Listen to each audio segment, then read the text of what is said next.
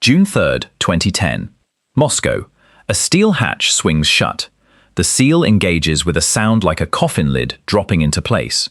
Behind it, 6 men stand inside 550 cubic meters of pressurized steel, 5 interconnected modules bolted together inside a warehouse on the outskirts of Russia's capital. 550 cubic meters sounds like a lot until you divide it by 6 people and 520 days. That is roughly the volume of a 2-bedroom apartment for a year and a half. No windows, no sunlight, no way out. The air is recycled. The food is pre-packaged. The showers are rationed. Every surface is the same industrial grey. The ceiling hums with ventilation that never stops. There is a greenhouse module where they can grow a handful of vegetables under artificial light, which is the closest any of them will get to nature for the next 17 months. The people who built this called it Mars-500. The Institute of Biomedical Problems, Russia's premier space medicine laboratory, designed it as the most ambitious isolation experiment in history. A full simulation of a crewed mission to Mars. Outbound journey, orbital insertion, landing, surface operations. Return flight, every phase timed to match the real thing.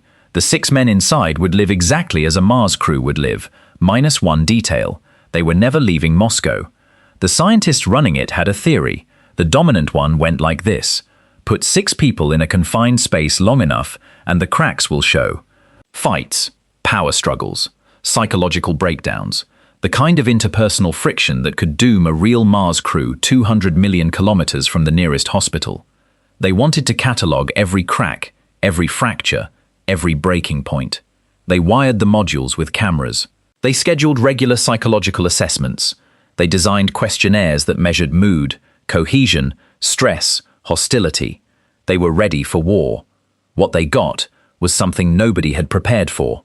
By month 3, nobody was fighting, nobody was screaming, nobody was staging a mutiny or hoarding food or threatening to break the hatch open.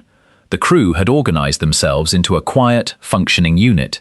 They divided chores, they ate together, they exercised on schedule.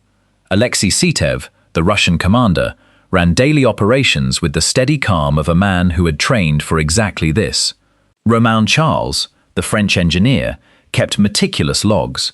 Diego Urbina documented everything with the precision of someone who understood he was living inside a scientific paper. Wang Yue, the Chinese crew member, maintained a discipline so consistent the researchers almost forgot to study him. The experiment was supposed to produce conflict. It was producing routine. The scientists adjusted. They introduced communication delays, small at first, then stretching to 20 minutes each way, mirroring the actual signal lag between Earth and Mars. A message sent at noon would not receive a reply until 12:40 at the earliest. Casual conversation became impossible. Jokes lost their timing. Emotional support from mission control arrived long after the emotion had passed. The crew adapted. They started writing longer messages. They learned to be complete in a single transmission. They stopped expecting real-time comfort and built something quieter instead. A self-reliance that had nothing to do with heroism and everything to do with simple repetition. The designers had not accounted for this. They had modeled aggression, hierarchy collapse, paranoia.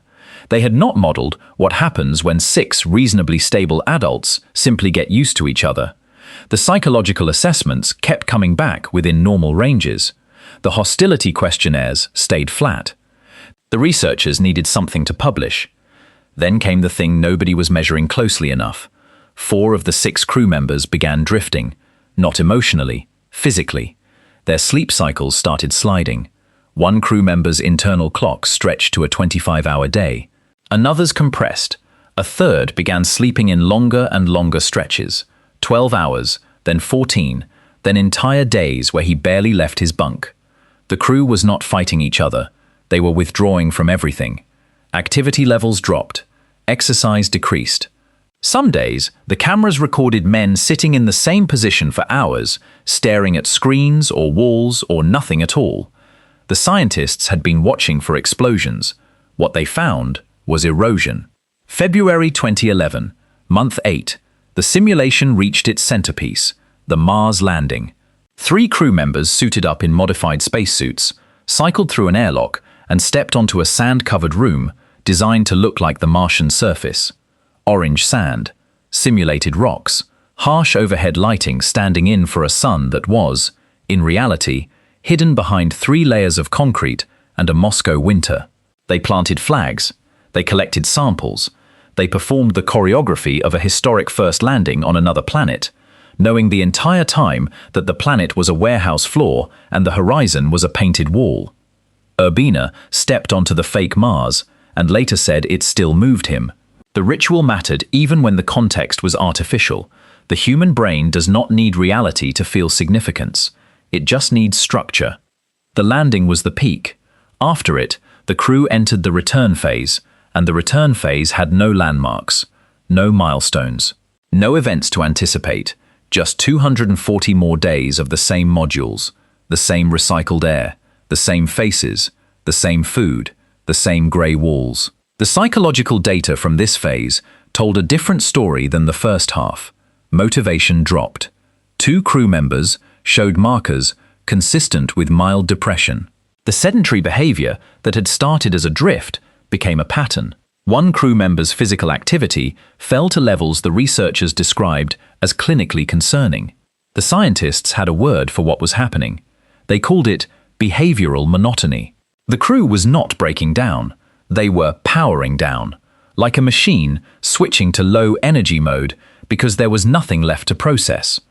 Not everyone faded equally. Saitev maintained his routines with mechanical consistency: exercise, meals, duties, sleep, repeat. Charles kept writing, Urbina kept observing. The ones who had personal projects, internal structure, something to build or document or maintain, they held. The ones who had relied on external stimulation, on novelty, on the mission having a point beyond endurance, they slowed. Nobody collapsed. Nobody quit. The gap between the crew members who were psychologically present and the ones who were merely physically present widened with every passing week. The researchers had been looking for the wrong variable. The question was never whether the crew could tolerate each other.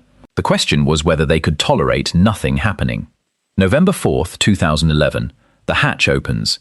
17 months and 1 day after it closed, 6 men walk out into fluorescent light, squinting, blinking, thinner than when they went in. Moscow is cold. The air smells different. Car exhaust and rain and wet concrete, which after 520 days of filtered, recycled nothing, smells almost violent in its complexity. They are checked, measured, tested, debriefed. The experiment is declared a success. The word success does a lot of heavy lifting in that sentence.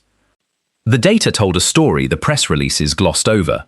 4 of 6 crew members experienced significant circadian disruption. Physical activity declined across the board in the second half. Psychological engagement, the clinical term for caring about what you are doing, dropped measurably in most of the crew. The experiment proved that 6 people could survive 520 days in a sealed box without killing each other. It also proved that survival and living are not the same thing. The findings were published in journals, cited in space agency planning documents, referenced in every serious discussion about long-duration spaceflight. The danger of a Mars mission was not the danger anyone had expected. Not radiation, not equipment failure, not interpersonal violence. The danger was the slow, invisible erosion of motivation in the absence of anything new. The crew did not need to be rescued from each other. They needed to be rescued from sameness.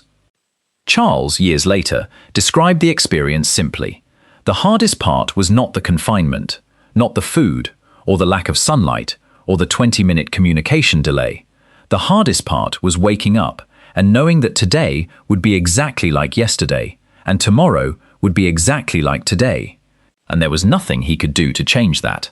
Every space agency in the world is planning for the technical challenges of Mars: the engines, the radiation shielding, the landing systems, the supply chains. The engineering is extraordinary.